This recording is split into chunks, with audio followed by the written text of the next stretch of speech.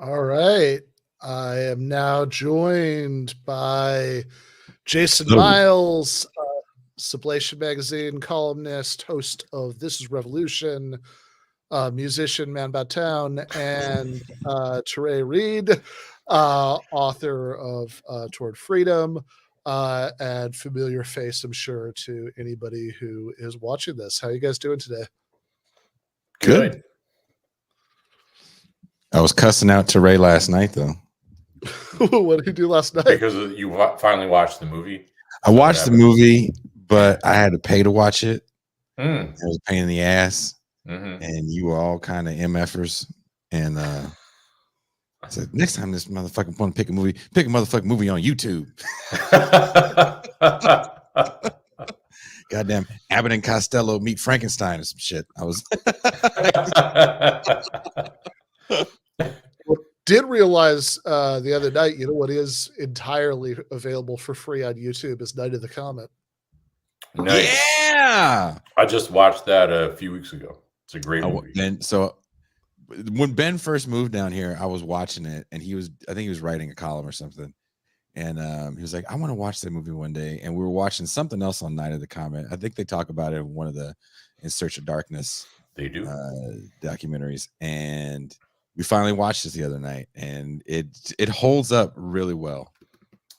I thought so. I watched it, I think coincidentally with you, right? I mean, we ended up watching it around the same time because we were both in this 80s film mode. And I watched it with my millennial wife, who actually seemed to like it. In contrast to Valley Girl, which featured the boyfriend, right? Tommy, I think, is who he played in Valley Girl, and was the head of the Nazis, the neo-Nazis in Breaking Bad. Mm-hmm. That guy who gets capped early on. Mm-hmm. But my wife, when she watched Valley Girls she's like, this movie's so old, I can't tell who's supposed to be cool and who's supposed to be dorky. It's supposed to be a Romeo and Juliet thing, so everyone's cool. There. I was a fan of it. I still think that's Nicolas Cage's best work. Not much of a compliment. No, I just watched, what's that movie he did, Bad Lieutenant, where he had the lucky crack pipe with Exhibit? Oh, I didn't see that one. I actually liked 8mm. 8mm is a very enjoyable film. Ben has never seen it, right? I've never seen 8mm. That's a good movie. That's a good movie. Ding, ding, ding. Not because of Nicolas Cage, though. It's just good. This is it's a pretty good movie. I actually think I'm not gonna be able to come up with a lot of good examples off the top of my head, but Face Off. I actually think Face Off is I actually think that Nicolas Cage is a good actor when he wants to be. He just chooses to sign off on a long series of just unspeakably awful movies, and his face has kind of become the international symbol of a certain kind of really bad movie, but I don't know that that's really about him as an actor exactly. I think it's not like John Carradine in the late 70s, drunk off his ass, doing some super B movie stuff. The stuff that he does, Nicolas Cage, it's almost like there's an irony in casting him. And like Mandy, I thought was a quite an enjoyable film, and it was really fun to watch. I thought the color palette of the filmmaker was kind of incredible. It reminded me of a young Argento. So Nicolas Cage is in a bunch of movies, and most of the stuff that I see him in is pretty interesting. I'll say that much. Ben cast him as if you were Michael Caine, in the 80s. Michael Caine was a great actor, but he made a lot of crappy films because he had houses to pay for. I think he said something about having to buy a house for his mother or something like that. So he made The Hand. He made a lot of movies. He made the movie The Hand, but don't forget Jaws 4: The Revenge. Oh, he is in Jaws 4. Yeah, key role too, and he's also in the Austin Powers movie. Well, that makes sense. Jaws 4: The Revenge did not make sense in any way, shape, or form. Except the Mario Van Peebles part made sense. Yes, there's a shark out there. You know, sharks out there. He's big. That's Ice Cube as Mario Van Peebles. As you make it. They got snakes up here this big with sign. After Ice Cube said that line in Anaconda, I was like, damn, you're just gonna be yourself in every role. Doesn't matter who you are. It's like the casting director said, we need a surly brother from Compton. Yay. And he just like in the Amazon, in Mars, anywhere. Surly brother from Compton. If you say his name 3 times, he appears like Candyman. Wasn't there a line in the Boondocks, I think it was season 1 when it was still good, where Riley was reflecting on Ice Cube and he said, didn't he make all those children movies? No, it wasn't. He wasn't reflecting. He was in the trunk with Gangstalicious as Gangstalicious was going to meet his fate. And Gangstalicious said, when I was a kid, I thought Ice Cube was the scariest man in the world. And when I would hear his music, I thought he would kill my whole family. Riley goes, the dude that makes the family movies? That was a great exchange. I really enjoyed that. Most Def, that's some of Most Def's best work is Gangstalicious. He's very good. You have to wonder what spirit he's channeling with that role. Well, that got them in trouble when they did that episode.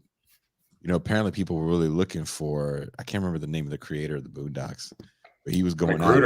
Aaron Magruder. People were mad at him for that. Like, you talking about me, son? It's like, no. It's a nondescript rapper. It's like being a hair metal guy who decides that Spinal Tap is Spinal Tap is about you. Yeah. Well, you know, a lot of people did get mad about that. About thinking Spinal Tap was about them. Huh. But then it became something great by the end of the 80s, and they would all laugh about their life imitating art. You know, I think when we talk about what is the end of hair metal, I think the beginning of the end is Spinal Tap. That was fairly early. 84? Yeah. Yeah. I don't know. I think it was on a rocket ride still up, not down. Nobody had to press the destruct button in 84.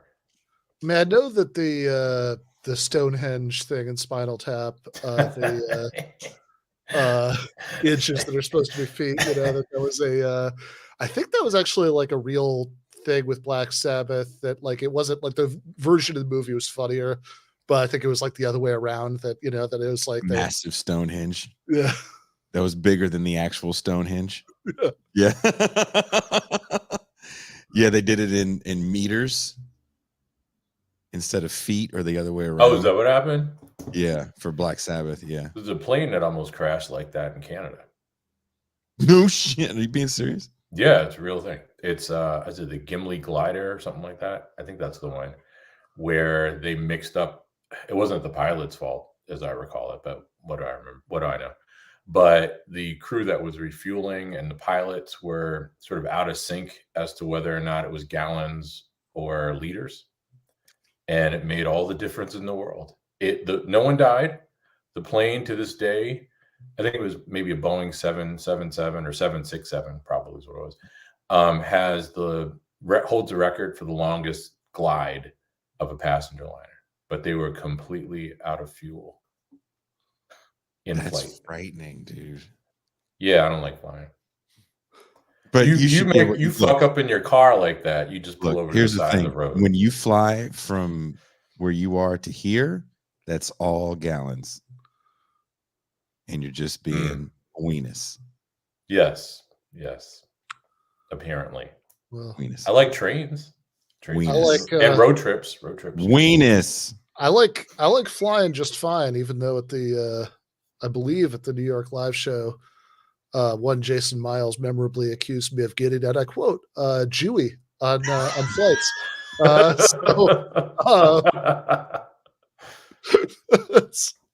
Take for that what you will. But you know what's better mode of transportation if you're going through an area where there are lots of zombies is a big Dead truck Reckoning. with a bunch of like guns and explosives on it, and the fireworks going up all the time to distract the zombies. I love the fireworks aspect of this, the shiny objects. Yeah. Yeah, so this is how more or less how the movie starts, right? They having done that seamless transition is the Land of the Dead 2005, which you can tell, as I'm sure we'll get into, it is a very, very Bush era zombie movie, and in many ways shows, I think. It's I kind of think, for my money, the last of the Romero Dead movies that quite worked. I don't know if I've seen all. Did he direct that? Didn't he? I think he did. I thought I know a lot of his people are in it, like Tom Savini actually. Yeah, has he an directed acting it. role in there. Yeah, he directed. Nicotero did the makeup, and it says Argento, George Romero presents, but I wasn't sure if he actually had a hand in directing it. Yes, he did, according to Wikipedia. Okay. So it's got to be true. Okay, all right, very good. Yeah, so I actually I know. I'm guessing Toure has seen this more than like either of us. I think last night was the third time I saw it, because I definitely saw it in the theater when it first came out, and I believe I saw it on like DVD at some point in the years that followed. But this was certainly the first time in many years I'd seen it, and I believe Jason was watching it fresh. It's my first time seeing it. I thought I'd seen it, but nope. Okay. Were you disappointed to see that John Leguizamo was in it? No, but I didn't know they were going to give him such a stereotypical name. Well, I mean, that was part of the bit, right? To highlight the class hierarchies and the racism of Kaufman. The racism of what? Kaufman. Oh, I guess. Hopper. Cholo. His name was like Cholo. That is his name. Yeah. That's his name. Jesus. He doesn't really get to be a person, right? I mean, he's... Come on, Cholo.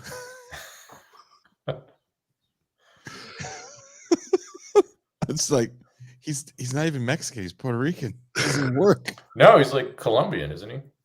In the movie? I mean, in real life. Is he Puerto Rican? I don't think he's Puerto Rican. John Leguizamo. If he's not Puerto Rican, he's from New York. He's been pretending to be Puerto Rican for like 50 years. Maybe he's Colombian and Puerto Rican. I don't know. What again? If he's not Puerto Rican, I'm very upset about this. Really? Yeah. I've been using the wrong racial slur on him for years. Not again. Oh my God, no. Yeah, Colombian. Oh no shit! We got to find a new slur for him. I don't want to get us demonetized or anything, but Yeah. I'm curious about what the Colombian specific slurs are. I am not curious. I don't think I've ever heard one of those. I'm good.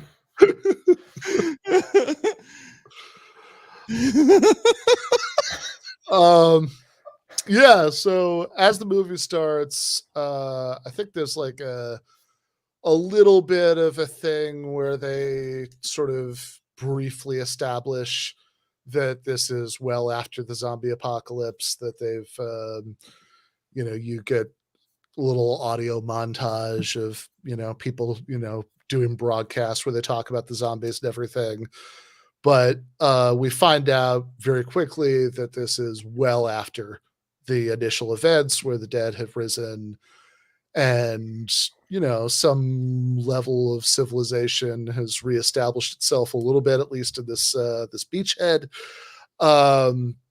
which actually where is this even supposed to be? I'm trying to think. Is it kind of Pittsburgh? That's where all his movies are. Oh, I mean, Pittsburgh would make sense for Romero. I'm just trying to think if they ever actually say that. I don't remember them saying that. no, I don't think they do. But it's a deindustrialized, devastated town. I mean, it had been an industrial town at some point, but I think it's Pittsburgh, basically. Well, that makes sense. In spirit. But you see the like we start out outside of this beachhead of civilization and possibly Pittsburgh, where there's they're just a bunch of zombies milling around. And a big thing that's established very quickly in the movie is going to be really important in the movie is that the zombies are starting to evolve towards a little bit more consciousness than they had before. It's a little bit unclear how much, but but there's certainly more awareness. I mean, like you think about the previous Romero movies, like just about the most sign of awareness of anything you get is that line in Dawn of the Dead about why the zombies were all outside the mall, and one of the humans says, "Oh, well, this is a very important place in their previous life." Mm-hmm. But in this case, a lot of times they seem to show some level of awareness or curiosity about external objects. We established this within like the first few shots because we have they're at like this like little bandstand, and like they're the zombies who are sort of like messing with brass instruments, which is kind of funny since people may know I've been in Rosarito for the last few months, and God damn, they love brass bands out here. I've seen more tubas in the last few months than I have in the player gets all the tang. Previous 4+ decades of my life. It's been very strange. But yes, there's a little zombie brass band here. You get at the beginning, and then the zombies at the beginning they're just kind of milling around, waiting for something to happen, and it does very quickly, which is that Dead Reckoning goes through this massive vehicle that exists for the purpose of doing these raids out into, I don't know, rural Pennsylvania for the purpose of picking up essential supplies, allegedly, and also possibly non-essential supplies to sell on the black market in, let's say, Pittsburgh. Mm-hmm. Fiddler's Green or whatever, isn't that? Yeah, Fiddler's Green, I think, is just the mall that they all live tower.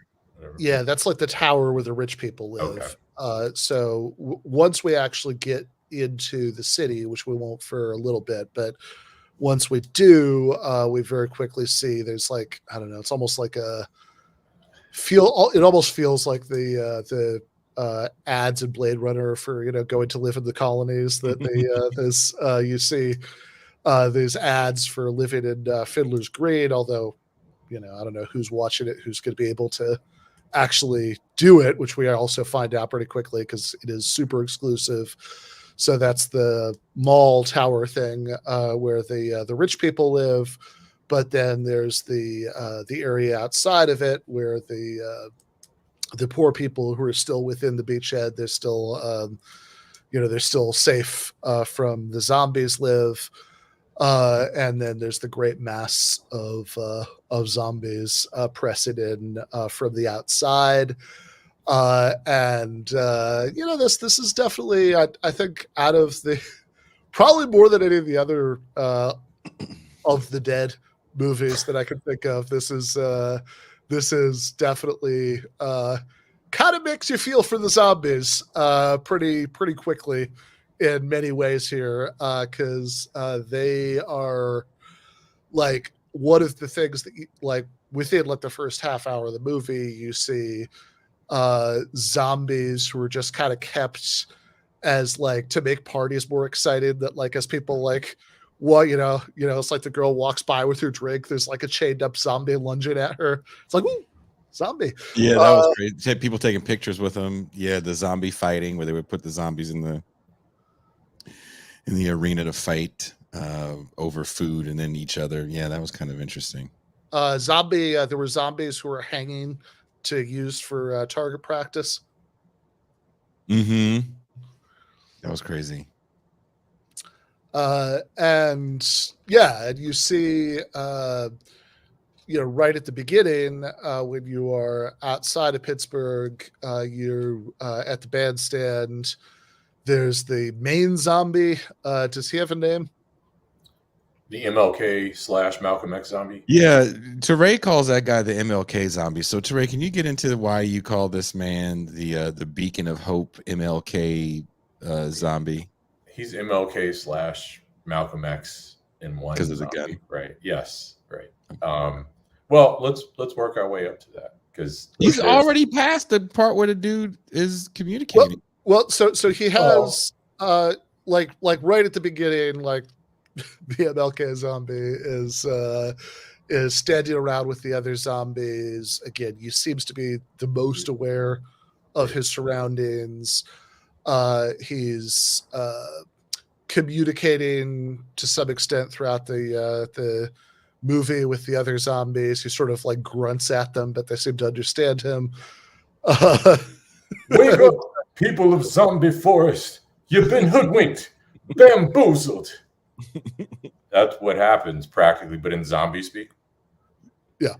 But exactly. I mean, the key point is, the first sign of his cognition or whatever is that the raiding parties shoot fireworks in the sky as the shiny objects to distract the zombies from the raids in suburban Pittsburgh or wherever the hell it is. And all the other zombies are looking up in the sky at Lewinsky Gate or whatever the distraction, whatever the sky flowers, yes, which again serve the functional equivalent of issues that don't really matter, but that distract us all from the things that really do in life. And while all the other zombies are fixated on the sky flowers, the MLK / Malcolm X zombie is the one who is aware of the fact that this is all a convenient distraction, right? It's a misdirection. And they're all being exploited and murdered. Now, how they're being exploited is beyond me, but because at this stage of their undead lives, they didn't make any of those goods, and they're not going to eat any of those goods or drink any of the goods that the raiding parties are taking. But nevertheless, they're being killed in process, right? But anyway, so he is the one. And so we get back to the standard trope of there being this one person who sees what's really happening, sees what the game really is all about, who then enlightens everyone else. And in this case, the person is. Do you think this movie is trying to do these kind of juxtaposing heroes' journeys with the main character and the black zombie?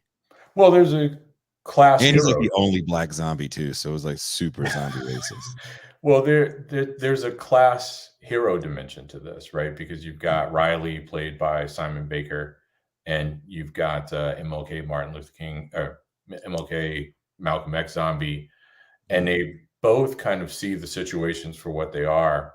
Though Riley is not as noble, I guess, right? He's just looking out for number one, like Django, basically, but is alive to the fact that the game is rigged. That's the phrase that I'll use. Yeah, I mean, he does show moments of altruism, and one moment at the end, just to skip all the way there, we'll get to it, where he has a moment of recognition of zombie MLK as being like him, but yeah.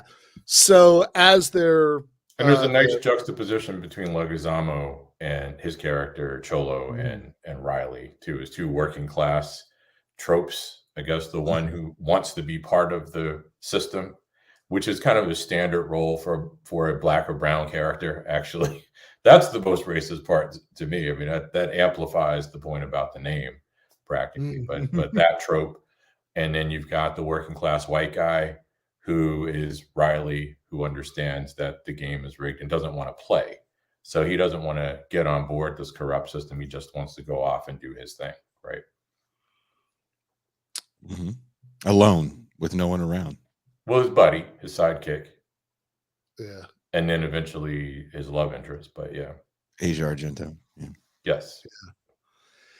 Yeah. So is she related? I didn't Dario? Yeah. Daughter. His daughter? Okay. Mm-hmm. Oh, that's cool. I didn't even make the connection until you said it aloud. Mm-hmm. They look alike. Oh. Him I don't kind of think messes I've you up ever when you seen. see me. You're like, oh, I don't want to see that. You mess it up.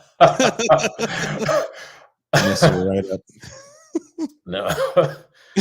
Yeah, I'm just gonna keep my mouth shut. mm-hmm. Yeah. It's gonna get me in trouble with someone I used to date. So, so we get so right at the beginning, we've established that the MLK zombie can't be distracted by fireworks, and all the other zombies can, but he apparently teaches them how not to be. By the end of the movie.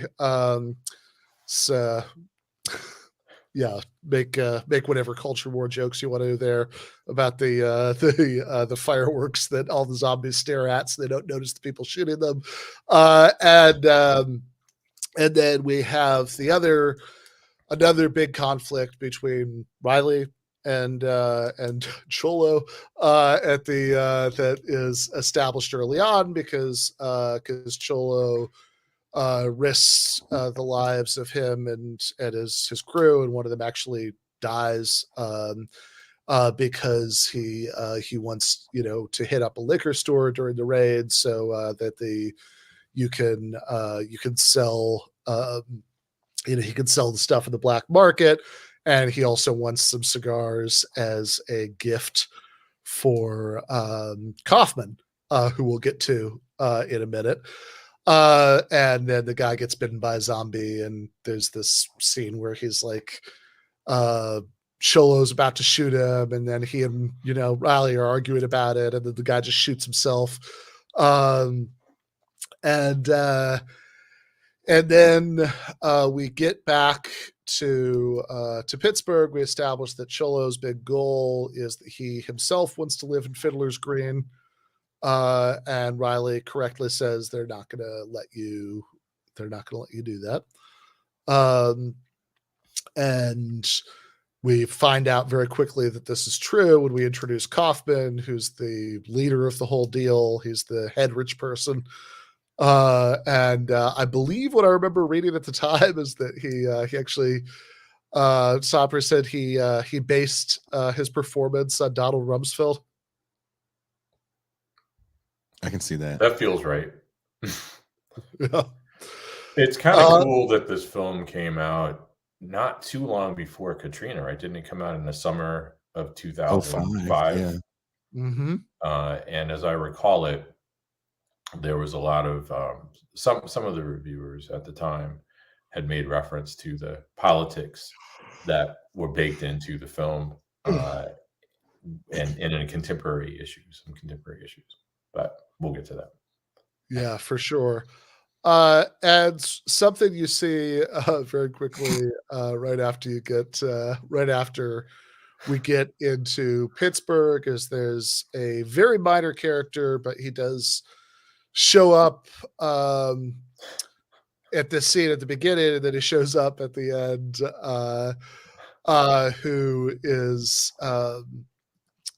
who's like the actual he's like the actual like Bernie Sanders figure of the zombie apocalypse world. He's like standing on a soapbox or something. The Irish guy. Yes. Yeah. Yes. There's another fun trope. Yeah. The Irish guy was fighting for the people. Yes. I mean, I guess that's better than Cholo. But don't forget to be known as. Irish rebel. Oh, Yeah. Irish rebel leader. I mean, they had the cream of wheat man in this movie at one point. The butler? Yes. Yeah. Sure. Yeah. If you pivot those characters, Cholo and the butler, off of Dennis Hopper, then it's a critique of the tropes in Donald Rumsfeld, basically, right? Of the rich people who have their black and brown pets, which is kind of a thing. I mean, he had to look for, I need a large black survivor. You, Uncle Ben.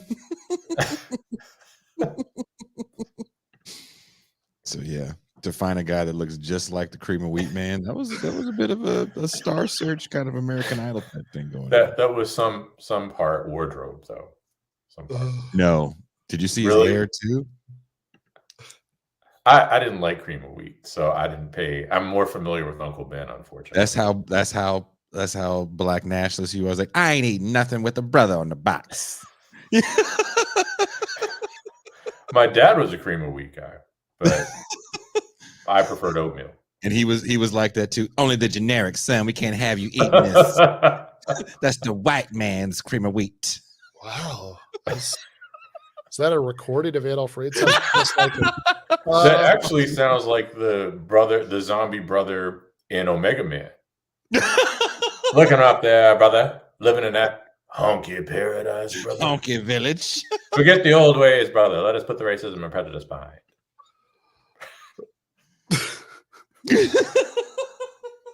That's a good movie.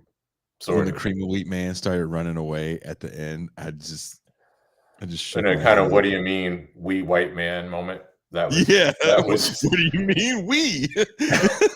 I'm not going to say I felt empowered or anything, but if you would have yelled out "feet don't fail me now," that's like the only thing was missing. Yes, that's right.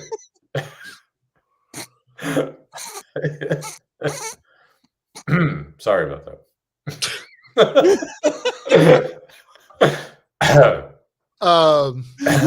So yeah, he Riley kind of walks through the streets for just long enough to establish that he and Jerry Adams are buddies, and that like implicitly he has like at least a little bit of a social conscience or connection to somebody who does, makes him seem like a little bit more of a good guy.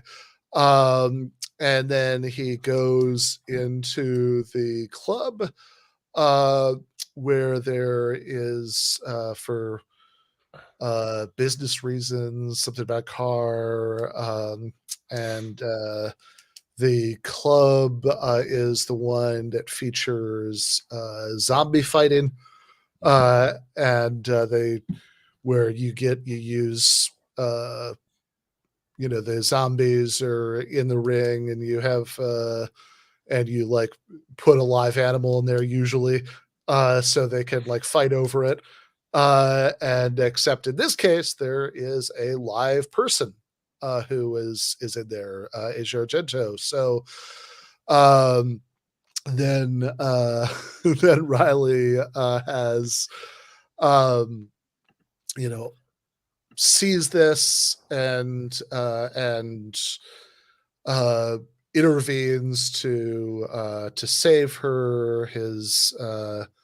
His sidekick, who we haven't really talked about much yet, but the sidekick is like his face is messed up enough that it was like the same makeup he had from Hills Have Eyes too. Yeah, it's like the same makeup. Similar. Yeah, they were just like, bro, did you have that same mask thingy? Come on, wasn't it like the same year or close? Ooh, yeah. What if he just bounced from set? From set to set. Yeah, I got this.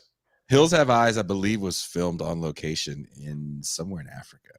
I could be wrong. Really? That's where they went? Could be wrong. Huh.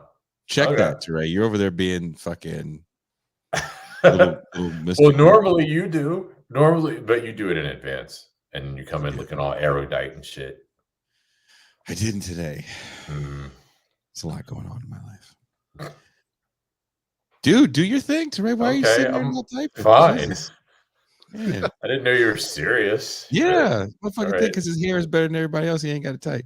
Let's see. Hills Have Eyes. That's what we're going for. Regular Hills Have Eyes. Yep. Wrong one. Yeah. Well, hold on. Do you mean the 2006 is Yeah, when, okay, so that's after when that this. one Year was. after. Yeah. So I guess he could not actually have bounced this is around. led to Well, the he could have. We don't know. I mean, it came out in 06. We don't know when it's done. That's true. That's true. Yeah, good point. But I really want to believe that they shot Hills Have Eyes. I don't think that's all CGI, but I could be wrong. Oh, Well, I mean, I thought it was on location somewhere. I believe and I Land don't of the mean a Dead is sound in set. Canada because there's some Okay. Canada thanks at the end, which lets you know Is they that got right? the Canada tax. Okay, so Victoriaville, California. Oh, Victorville. Yes, sorry, Victorville. But they chose not to do that, and instead, let's see, scouted many locations for filming, including Namibia, South Africa, New Mexico, which is where I had assumed it was, and original Mexico. The two settled in Morocco. Told That's you. where it was. You were right. Yeah. Told you. That's cool. Because they wanted it to look even more desolate. right. That's not what I, as someone that's then been, look, there's a New Mexico. Yeah. as someone that spent a lot of his life in the nowhere of America, that does not look like anywhere in America. Okay. Yeah. Not even in the Mojave. Huh. Mm-mm. Fair enough. So yeah, the sidekick, I do not remember his name, but I guess nobody else does either. Yeah, it's not important. Call him sidekick. He has a messed up face. Oh yeah, Jason. just call him anything. PD Charlie. Was it Charlie? Charlie. it? There we go. Yeah. Y'all Something making like up names. Yeah. Mr. Charlie? No, that was the butler. Oh no, that's what the butler called Dennis Hopper. Did he even have a line in that movie? Okay, boss.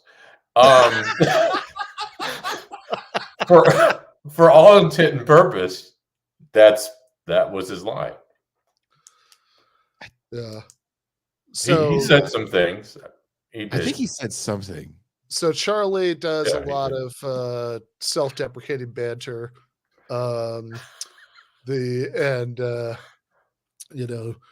Just look at me, you can tell, blah blah blah, right? Like that's like one of the refrains. He has but one thing that is important about Charlie that you find, that becomes very clear in this scene is that he is a hell of a shot. So once Riley figures out that there's an actual human being in the zombie fight ring, he shoots the zombies. There's chaos. People are running around, and Charlie whacks the club owner on his way out. Either, I don't know, on general principle or possibly in an attempt to get them all off from getting in trouble for this. If so, it has the opposite effect. So the three of them end up in jail, do a little bit of brief exchange of backstories. But then Kaufman has already come into conflict with Cholo because there is this nice scene where Cholo brings in the booze and cigars to Kaufman's penthouse, and Kaufman is like already smoking a nicer cigar or something. It's just a completely pointless gesture. And he lets Cholo know that there's no way that that he's going to be approved for an apartment of Fiddler's Green. There's a wait list, and anyway, there's a board that has to approve you. So not going to happen. And they have a falling out. Cholo takes Dead Reckoning, and he threatens that he's going to use it to like blow up Fiddler's Green or whatever at the And this sets up the central conflict in the movie, since like most of these movies, the zombies are there. They're providing a lot of tension, but like you can't really, you kind of need some non-zombie villains to work with. But for the zombies to get into the city, what I didn't understand is, so you built this like big old high rise and you have these Nazi like trained soldiers, but you decided to build a plywood meth head fence to keep the zombies out that destroyed your entire planet. Like none of that made sense to me. None of that made like, I was like, everybody has weapons and you invested apparently millions of dollars to build this zombie proof tank truck so you can get supplies in zombie land, but your idea was not to build, I don't know, a fucking bomb and maybe kill all the zombies. Like that wasn't part of the plan. No, that didn't make a lot of sense. Just they do nothing for you. Well, they're surrounded, the city or whatever is surrounded on two sides by water or something like that, right? I mean, it basically has a natural moat. And I didn't remember this from the theatrical release. I watched most recently a couple weeks ago the unedited director's cut or whatever, unrated. And I didn't realize until I saw it most recently anyway, that the zombies in this universe and this zombie landscape just happen when you die. It's not necessarily the bite that does it, it seems, because one of the residents in Fiddler's Green hangs himself. And so he takes his own life. And I didn't remember this from the theatrical cut. Maybe it's in it. I don't remember, but I certainly saw it in the unrated one. And not long after he dies, he is reanimated as a zombie and bites his son. So I thought that was just standard in the Romero universe. Okay. I believe so. I think it's not because it's both that if you're like bit by a zombie, you become a zombie, but also if you just die. But regardless, if you blow them all to smithereens, I think all the Romero movies, that's the rules. But you could blow them all to smithereens. Like that could happen. You could do that. Yeah, maybe. I mean, I guess it was good enough for Vietnam, but not good enough for the zombie. Like, that doesn't make any sense at all. Yeah. I guess they're just too many zombies to do that with. But in a context where the zombies just happen when people die, you can never eliminate all of them. You can eliminate the extant zombies, but that's the thing, you're going to blow them up. Well, but right, the ones who are currently zombies. But if you live to be 90 and die of natural causes in this universe, and no one ever bit you, you still become a zombie, right? So okay, well, would eliminate you then, all zombies? If that's the case, would you be like, dude, you're 90? Yeah, I'm getting really old. Well, sounds like you got to live on the other side of this big, thick, fucking zombie-proof wall we built, not that old plywood one we had in the. Or you could put gems in their hands. You could blow up literally all the zombies, but I'll give you the wall. And you could put gems in their hands. They should have invested in a better wall. It's kind of insane that the wall is the way it is. That's what you need. That's when you need Donald Trump running for office. I'm going to build a wall. Build that big, beautiful wall. Why do we think of that? Under those circumstances, I would support that platform. And it'll make the zombies pay for it. I'm going to make the zombies build it. Well, I mean, the Malcolm X zombie was clearly a gas station attendant. He had some manual labor skills. Maybe that's what happened. Maybe Dennis Hopper is the Donald Trump of this alternative timeline, and he was like, and I'm going to have the zombies build it, and the zombies built it. And so that's why it's such a crappy wall. Yeah. Meth wall. It reminded me of a real thing that I lived in a place called Bay Point, California. And no one watching this show right now probably knows where that city is, but it's unincorporated.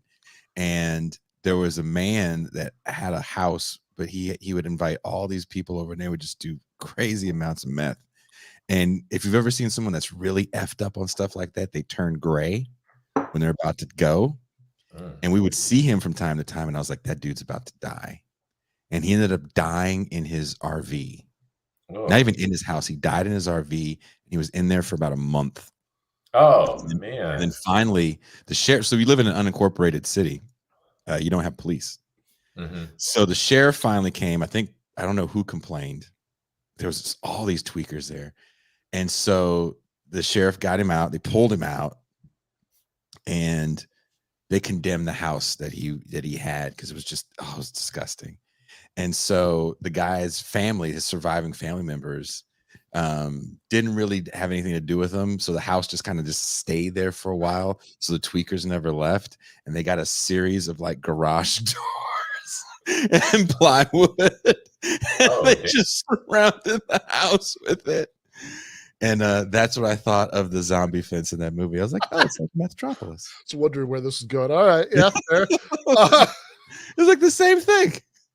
Yeah. They were advisors on the film. So our heroes are in jail for just long enough to for everybody to make each other's acquaintance, and then obviously super tropey for them to be pulled out of jail so they could go on this mission that Kaufman wants Riley to go get Dead Reckoning back from Chillo. He's and we should say, I mean, like this is all just because it's too cheap to pay him off, which is the demand. He says he doesn't negotiate with terrorists, but that strikes me as a bad as negotiation. Were you also confused on the value of money? I was very confused, like why that would work. Yeah, I didn't understand the whole thing. Like, I have money. I was like, money? You fucking kidding me? You have money and you built meth fence?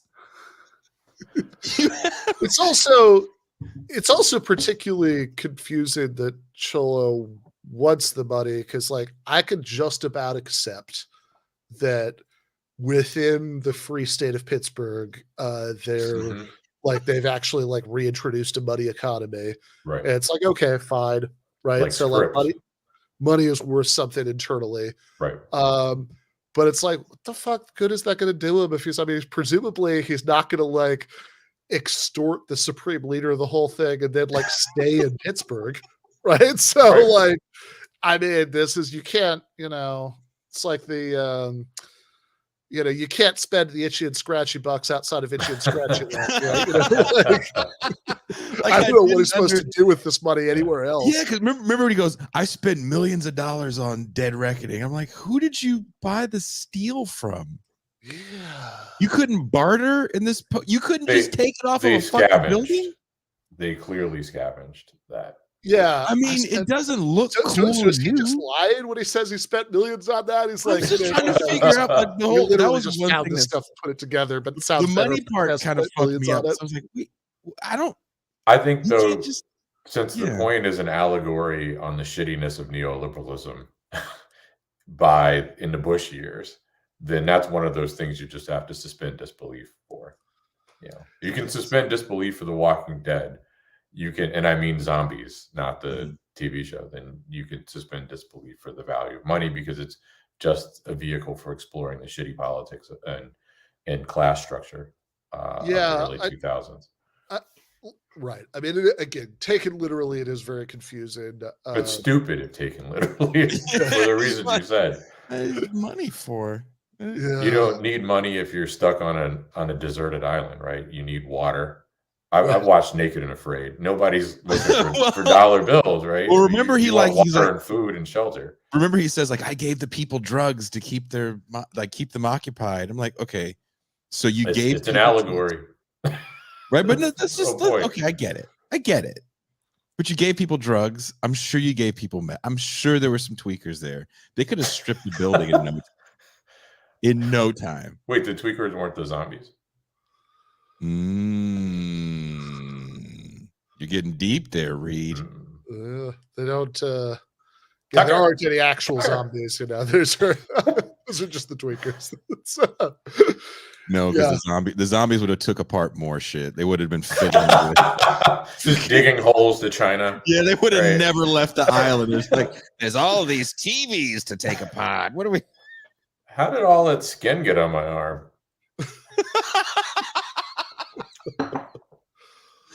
Arching their eyebrows to nothing. Yeah.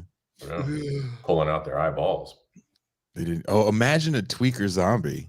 Oh man. No. Tweaker zombies would never leave Zombie Island. Never. Well, they hadn't worried about the zombies making it onto the island because yes, the plywood wall apparently was good enough for the one place where they needed it.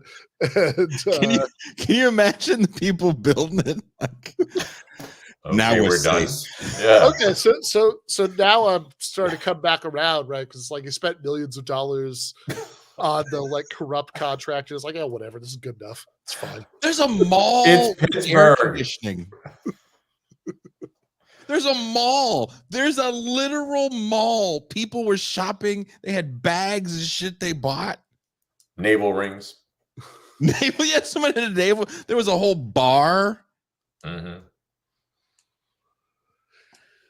But again, it's all about the class hierarchy, with the zombies being the underclass, the hard scrabble working class that's raiding the zombies, and then the overclass or whatever, and the tiers of people who live in Fiddler's Green, right? I mean, it's roughly this military force, Maoist third worldist kind of vision of the world, right? There's the because it's like there's the working class in the Citadel, but then there's like the real global proletariat, that's like the real thing that's like coming in to destroy everything.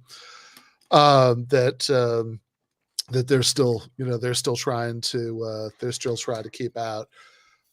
Which has, but it's easier because, as you said, there's the natural moat. But one of the big things that develops over the course of the movie is that, along with teaching everybody not to be distracted by culture war fireworks, the MLK zombie also teaches everybody to swim.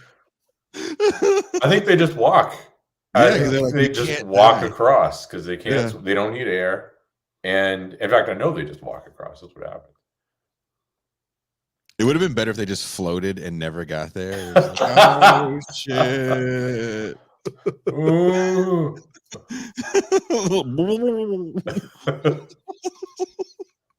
That would have been way cooler. Yeah. Did you see what Jordan Dubin said? Maybe zombies are sensitive to splinters.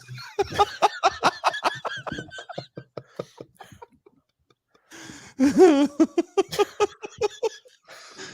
you see the movie Splinter? I wouldn't know. We got to stay away from that.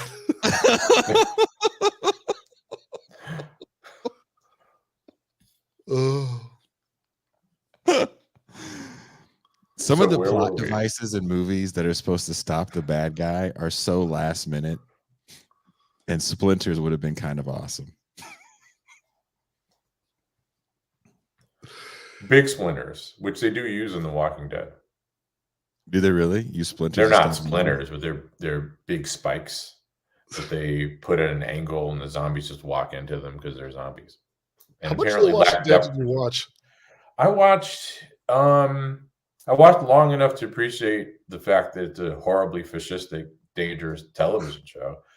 I watched all the way until maybe, I don't remember the year, and their seasons are funky, but I can tell you by concept, when they make it to the gated community, if you watch the series, season 5 maybe, or 6, but after the season in Grady Memorial Hospital is a chunk of one season. It's like season 3 or 4, where they're in Grady Memorial Hospital, and that's when I realized how right wing that show was.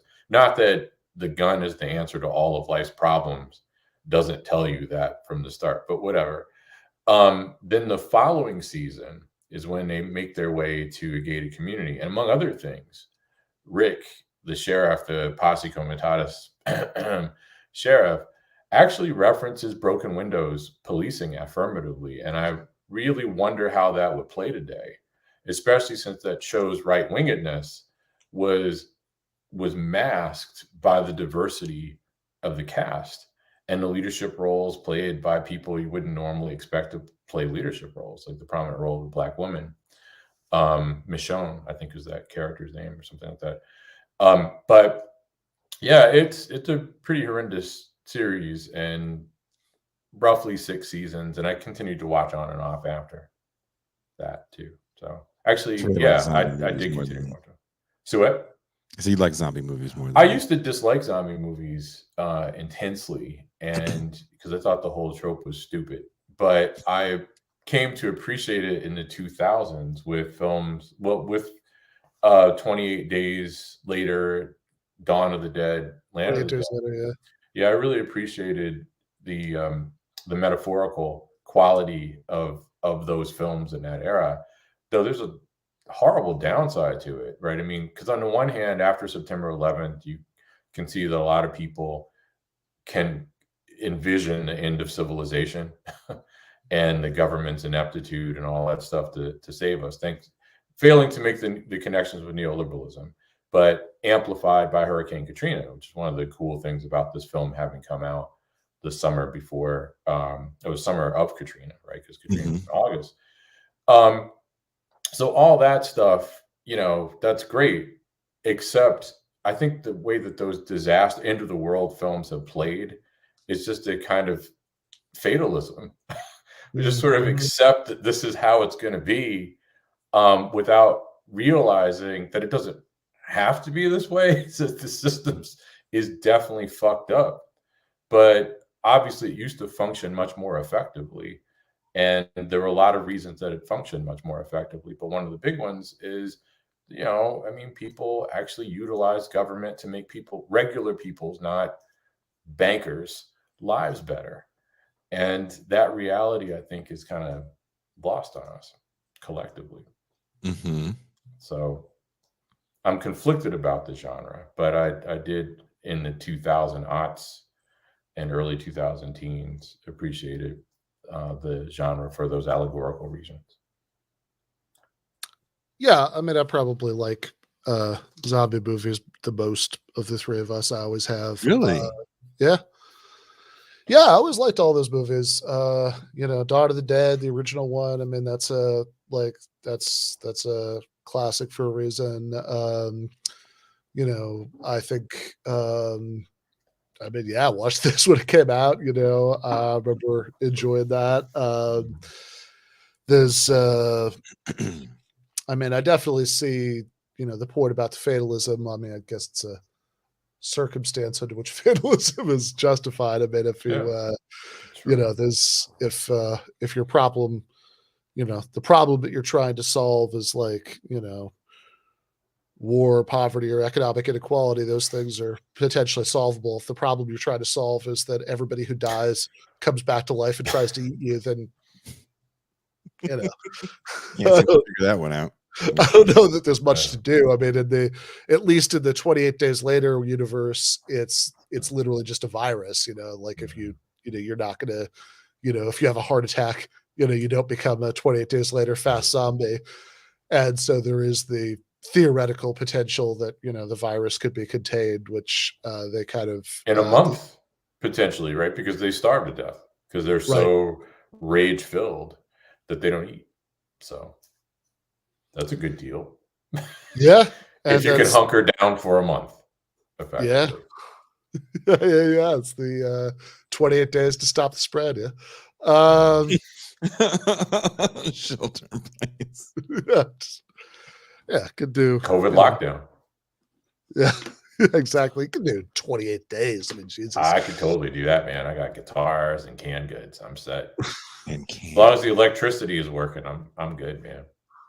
I proved that in the lockdown. Yeah, I really love the way that we use the word lockdown to both describe like the real serious like Chinese lockdowns and like shelter in place orders that were not enforced in any way. That where like, you know, even if you're being like super conscientious about it, it's like, okay, well, you know, you still got like grocery deliveries and Netflix. I mean, you know, you'd be okay. I mean, that's why I always say shelter in place, because it's like, well, we didn't get locked down like other countries got locked down, so let's stop acting like. I associate shelter in place with some stuff on school campuses that I prefer not to think about. Sure. Oh, Jesus. So. Had a way to make the whole I conversation. prefer lockdown in that context. Lockdown cell block 4. I mean, for me, since I'm not in cell block 4, that lockdown doesn't sound bad to me. I'm just saying there's like a, you know, no, juxtaposition's real, right? There's like lockdown where you know, even if you're being really so conscientious, you know, you've got the you know, you've got like HBO Max and Uber Eats, and then, you know, you could like anytime the spirit moves you, you can get in the car and drive as far as you want, and you know, see your friend and like have a beer 6 feet apart on the, you know, on the lawn or whatever. That was the game, right? That's like, yeah, no, I remember doing a lot of that. That's one thing lockdown could mean, you know, in other contexts it means something a little bit more serious. But yeah, I mean, look, I mean, that was driving me crazy by the end of it, but it's like 28 days. Yeah, that's fine. Especially if, you know, especially if there are actually like people trying to like tear you apart from limb to limb. On the other end of that. Apparently it's hard to keep the lights off for 28 days though, so that to peep out the window for 28 days. Remember the beginning of 28 Weeks Later? I don't even remember that movie. Oh, well, see, I suggested a long time ago we watch it, but whatever, man. You nope. If it's not on YouTube, then we're not watching it. It's on Amazon.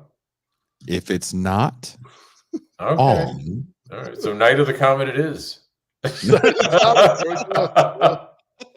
do want a Night of the Comet. Cat people. Oh, Ice Pirates. Yeah.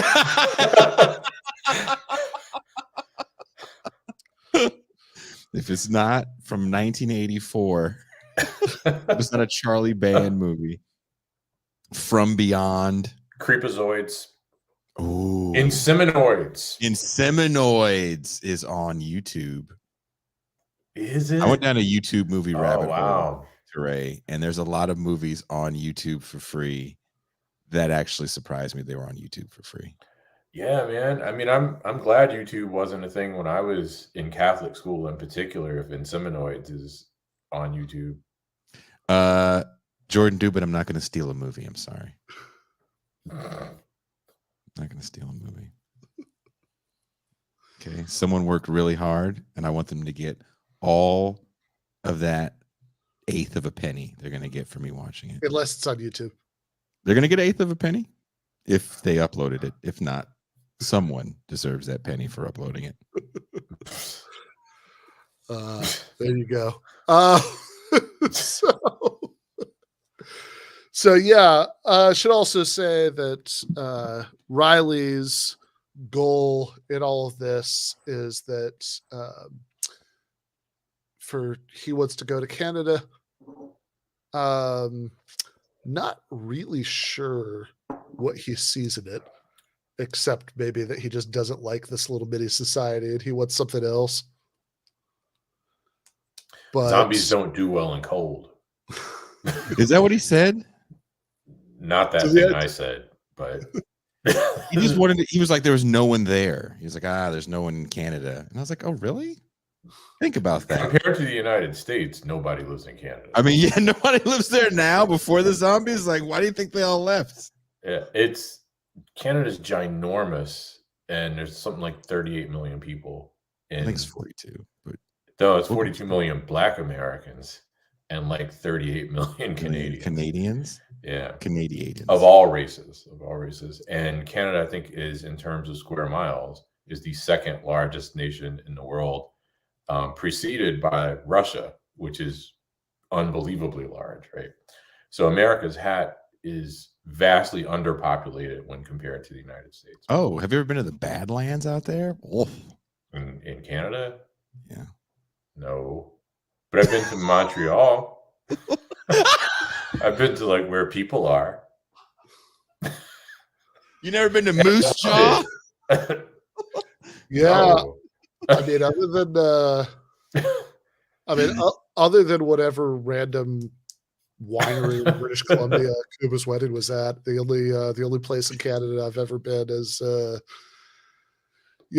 are places in Ontario that were near where I grew up. So seemed like it's just, I don't know, it's just exactly like Michigan. Maybe people are like slightly more polite. Well, I mean, just over the border isn't any different from Michigan. No, it's not That's not any same different. place. It's like indistinguishable. They don't put that. I mean, I shouldn't have even done the gravy on politeness French joke. fries. That doesn't quite work. I should have gone with the national healthcare joke. It's like it's like Michigan but with healthcare. But yeah, no, it's culturally certainly indistinguishable, and it's just as populated. But the Badlands presumably is more where he wants to go. He wants to go to the parts of Canada that didn't have any Canadians in them, so they presumably won't have very many Canadian zombies in them. Regina.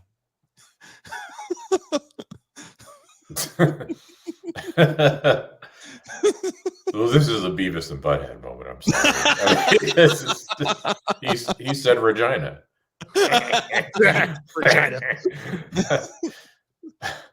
All of Ben's. I still think about how much they like Carmen Electra's music. I mean, because it made no sense if you watched the show, except it did make perfect sense, actually, if you watched the video and thought about the two of them. It was great.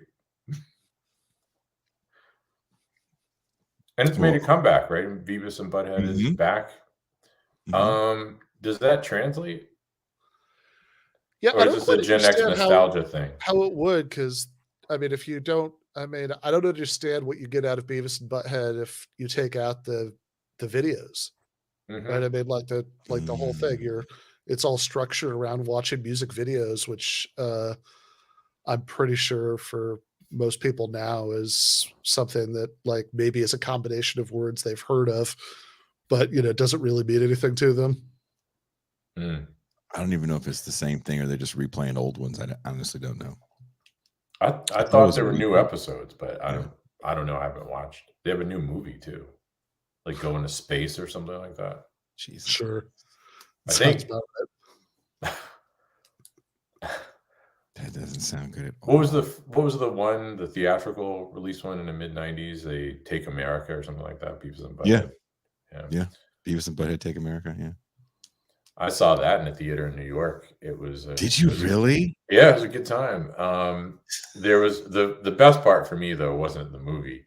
There was a retirement age couple that were seated in front of my then girlfriend and I, and we looked at each other like, why are they here? Like, what's going on? And well, maybe they're betting it for their grandkid or something, And anyway, probably the third cornholio joke, they just got up and left. I said, okay. So what did they think they were watching? I'm telling you, they were vetting it for their grandkids. That's what was happening. I'm confident. It was a cartoon. It was an animated feature that their 10-year-old nephew, grandson or granddaughter wanted to see. And okay, well, we'll check it out first. Those are some good grandparents if that's what they did. My dad apparently did that. I mentioned this before. Or would he go to the theater? He did, because that was the style of the day. We didn't have a VHS player or anything like that. Those too bougie. They were expensive, but back then. But yeah, he went to see. He completely misunderstood what kinds of films I enjoyed. So he thought I liked fantasy, which I didn't. So he went Krull. Close. He went to see the inspiration for it, Conan the Barbarian, in the theater, imagining that I'd want to see that, which I definitely did not. And he realized that it was a bit too risque. So he didn't take me to see it. And I think later that year he told me he had vetted. It's like, I don't want to see that anyway. So you're good. Didn't even occur to me it was risque. Actually, my father had me watch Conan the Barbarian. Yeah, I mean, I watched it on HBO. Before, because it was risque.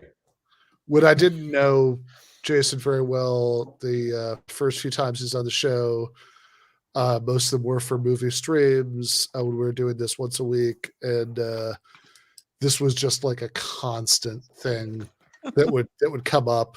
That it's like somebody would mention a movie that, just like whatever, just think of the movie that would be like most inappropriate to take like a kid to go see, and be like, oh, it's the I don't know, Videodrome, Caligula, whatever. It's like whatever it was, it would just like Bonfire of the Panties. Jason would be like, oh yeah, my dad took me to see that when I was 6.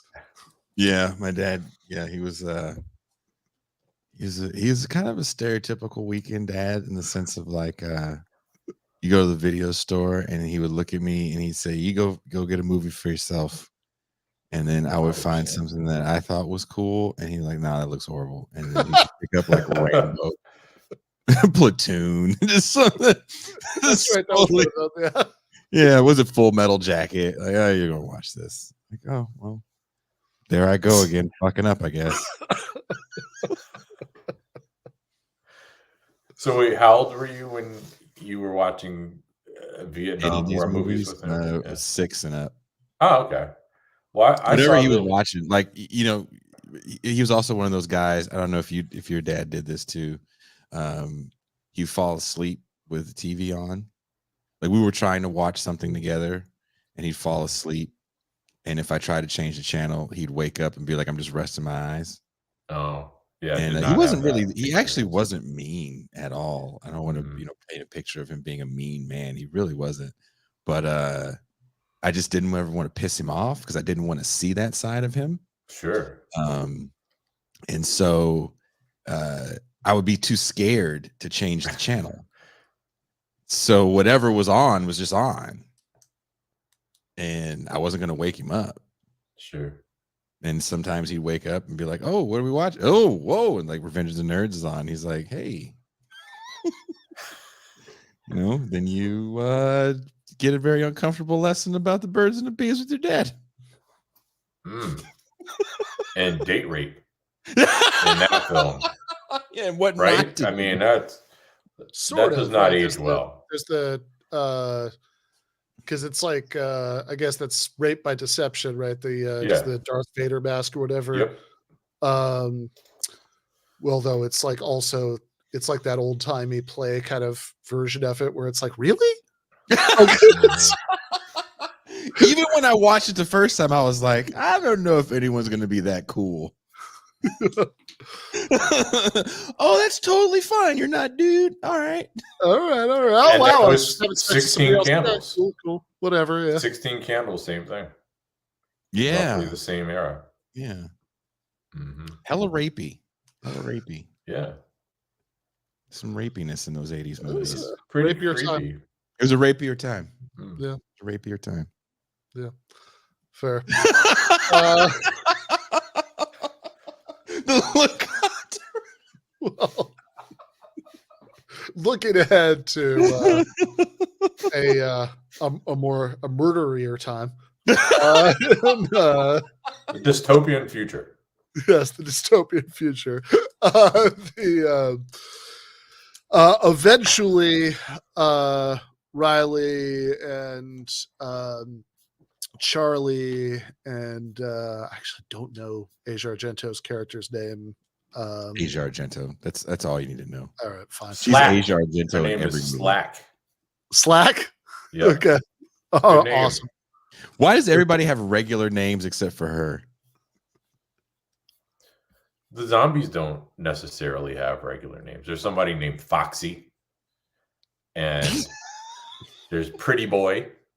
The zombies were not. Pretty Boy is not a zombie though. The zombies have a name. Tambourine Man zombie. That's one. Who the fuck was Tambourine Man? I don't know. You'd have to look that up.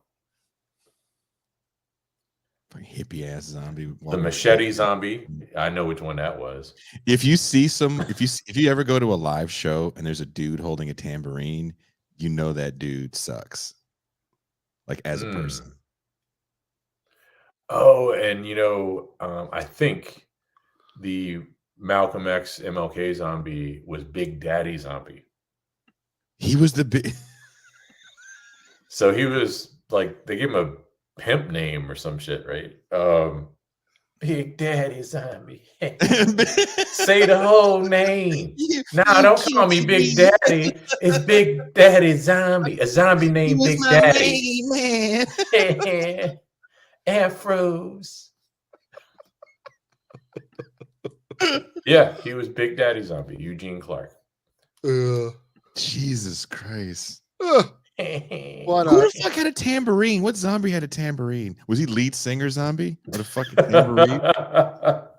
Yeah. If you go to a show and the singer pulls out a tambourine, just just walk out. Did the lead singer of Creed ever pull out a tambourine? No. You know who pull out a tambourine who actually can sing is Robert Plant. Pull out a tambourine. Oh, well, that makes sense. But there were simpler times. He's got a fucking tambourine. Tambourine-ier times. There's a tambourine here.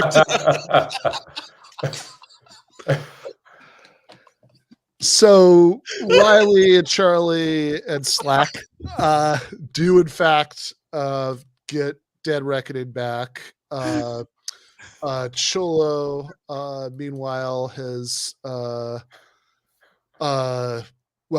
becomes kind of deliberately becomes a zombie, as sort of gives up, and has this actually one of the lines that always stuck in my head from this movie where he says where he's basically like, oh, you want me to shoot you so you don't turn into a zombie. He's like, yeah, I'm always curious. I always want to know how the other half lived. Yeah, I thought that was like, it's a lot easier to fall than to rise, right? So there it is. He fell. Wants to have the zombie experience. Yeah, no, exactly. He wanted to go to Fiddler's Green, and now he's making the opposite transition. Fucking crypto. Damn, I got bit by a crypto coin. I'm going to descend to the underclass. Damn Ponzi schemes. Yeah. Ammo was bad enough. Zombies are just an allegory for Ponzi schemes. In this case, yeah. Zombies are the mortgage crisis. But he's become zombified as he's sort of in the middle of executing his final, revenge mission against Kaufman. And so he's like almost intercepting Kaufman anyway. He becomes zombified, so he gets to kill Kaufman as a zombie. And there's a line earlier, one of the ways you can tell it's 2005, it's a War on Terror movie, where he says his threat about how he's gonna, go nuts, bring everything down if Kaufman doesn't pay him up, is that he says he's gonna go jihad on Kaufman. If that doesn't happen. Yeah, he did say that. So he's finally carried out his threat. Kaufman, meanwhile, since everything's collapsing, the zombies are coming in, whatever, and apparently he thinks that money is going to do something for him outside of this, which he and Cholo both have this belief. Doesn't make much sense to me in either case, but he has these like suitcases full of completely worthless cash that he's trying to go. So which means, can you imagine him like getting out and then getting to like that Lord of the Flies world of safety? He has like the 2 bags of money, and they're like, "What? Okay, that's great, but I built my house with a coconut hammer. So what do you fucking want me to do with that?" The world's over, asshole. What are we gonna do with money? We're out of toilet paper. Remember the toilet paper run during the lockdown? Yeah. My wife was in the local grocery store when people were rushing to get toilet paper, right? And I had already stocked up because I'm that guy. But anyway, she heard a couple who were concerned that they had missed the moment. And the husband, to comfort his wife, said, well, we can just cut up some T-shirts, sweetheart. So I don't think he fully understood how that system works and what T-shirts would do to it. Should have followed him home and been like, I want to see. No, I don't want to see that. But I did get flashbacks to when I worked at the Sewage and Water Board, and I could see that guy calling in a couple of days about the stank and the funk. You got to do something about this now.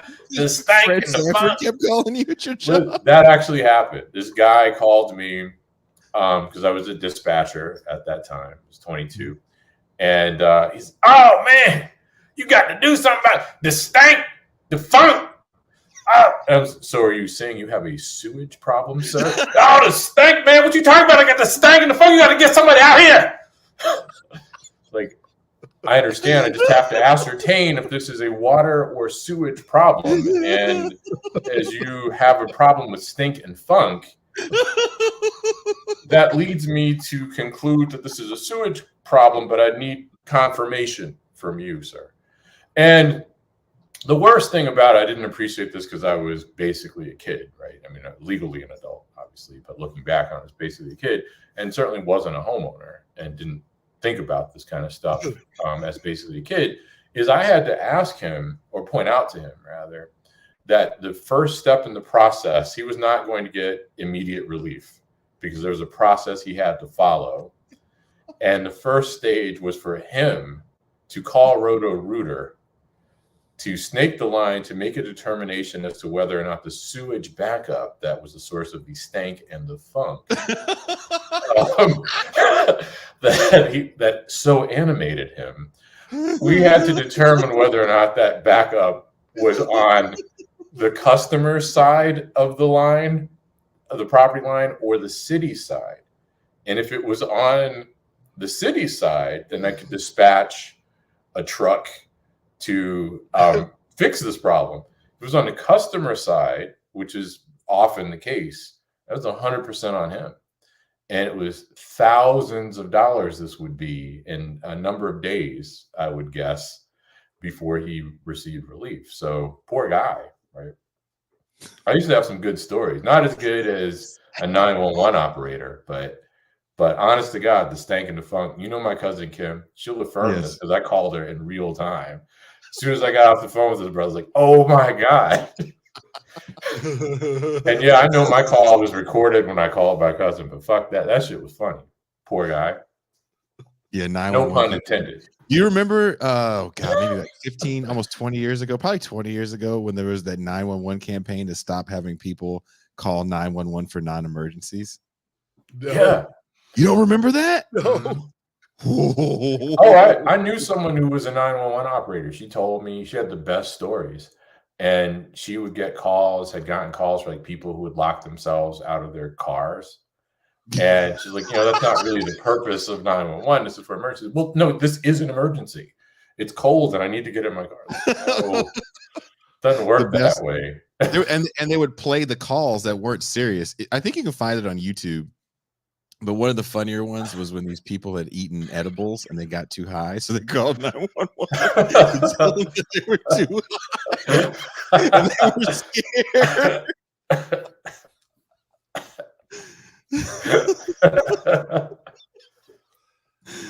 I think it would be rough. I think in that state, that's just about the last phone call that I would possibly want to make. Yeah, exactly. Guess what I did? Too many drugs. I need help from law enforcement. Oh, it's calls to bring police over to like handle kids and stuff like that. You have to hear it. They did a whole. That's it was dangerous as hell. To stop having people call 911 for non-emergencies, because the whole thing was they were going to start fining people for calling it and not being emergency.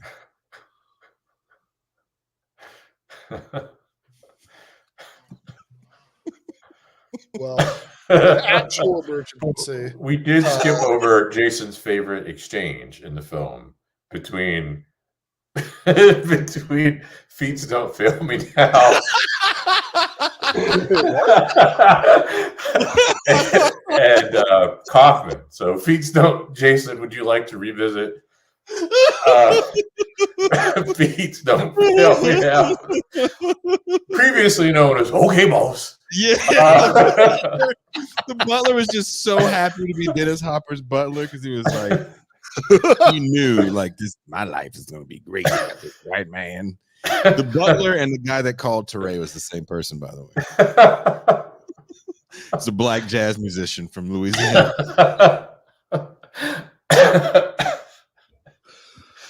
No stagger funk when you're working for.